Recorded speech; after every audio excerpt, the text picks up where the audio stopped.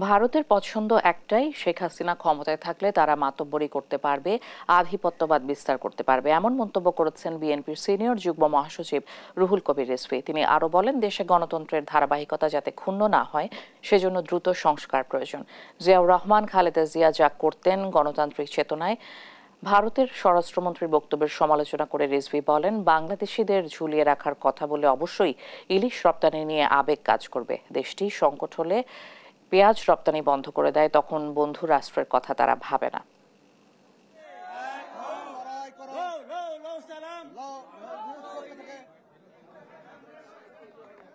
দুর্গা পূজার সময় ইলিশ মাছ একটা বড় উপাদান হিসেবে কাজ করে আমরা জানি। আমরা কোনোদিনই ইলিশ মাছ রপ্তানির ব্যাপারে আমরা কোনো বাধা দেইনি। আমরা যে সময় ইলিশ মাছের কথা বলছেন রপ্তানি করার কথা, যে রপ্তানি এটা হতেই পারে, কিন্তু যখন ভারতের স্বরাষ্ট্রমন্ত্রী বলেন যে বাংলাদেশি এখানে পেরে তার পা বেঁধে উপর দিকে ঝুলিয়ে রাখো, তখন আমি কেন বলবো না যে আমরা ইলিশ মাছ দেব না।